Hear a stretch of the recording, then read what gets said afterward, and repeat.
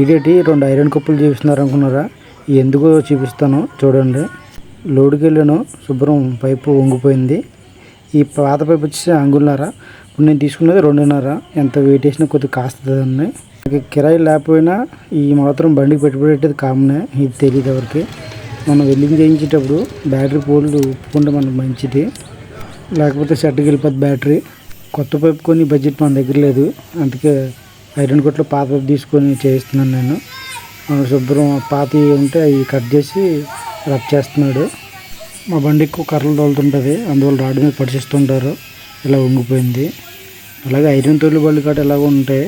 ఏదైనా కర్ర వెనకాల కట్టుకోవడం మంచిది. వెల్డింగ్ అయిపోయింది. కరెక్ట్గా ఆ హోల్స్లో సెట్ అయ్యేలాగా మనోడు పైప్ పెట్టి దాన్ని రివర్స్లో వెల్డింగ్ చేశాడు. మనం తిప్పి మళ్ళీ పెట్టుకుంటే సెట్ అయిపోయేలాగా చూడండి. ఈ విధంగా అయింది. మన కిరాయి లేకపోయినా ఇది మాత్రం కారణమే ఈ వెల్డింగ్లు అనేవి. అలాగే మన వీడియో నచ్చినట్లయితే మన లైక్ చేసి మన ఛానల్ ఫాలో చేయండి. ఇంకా ఇలాంటి వీడియోస్ ఎన్నో వస్తాయి.